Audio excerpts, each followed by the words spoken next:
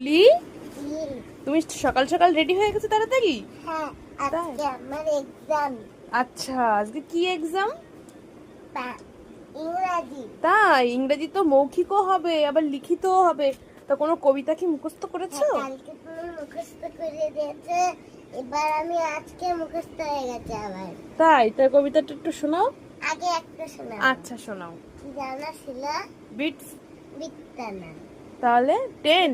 হ্যাঁ, 10 little fingers and 10 little toes, 2 little ears and 1 little nose.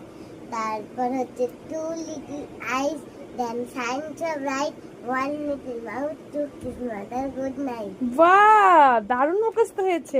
আরেকটা বলো। Bits. Bits of paper, laying on the floor, laying on the floor.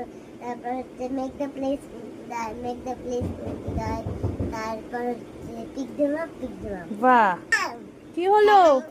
আমার আমাকে thank you দিচ্ছ? দেখো এটা পাগলি আমি মেয়ে কি এঁকেছি। আবার রেখেছো? এটা আমি ওরে এঁকেছি। বাবা, আচ্ছা চলো এবার গাড়ি চলে এসেছে, তাড়াতাড়ি চলো। গাড়ি চলে এসেছে। জানলার কাছে বসবো। আমি বসবো। এই দাঁড়া, দাঁড়াও, এখানেই দাঁড়াবে তো, আমার ওদিক যাওয়ার কি আছে? এদিক আসো।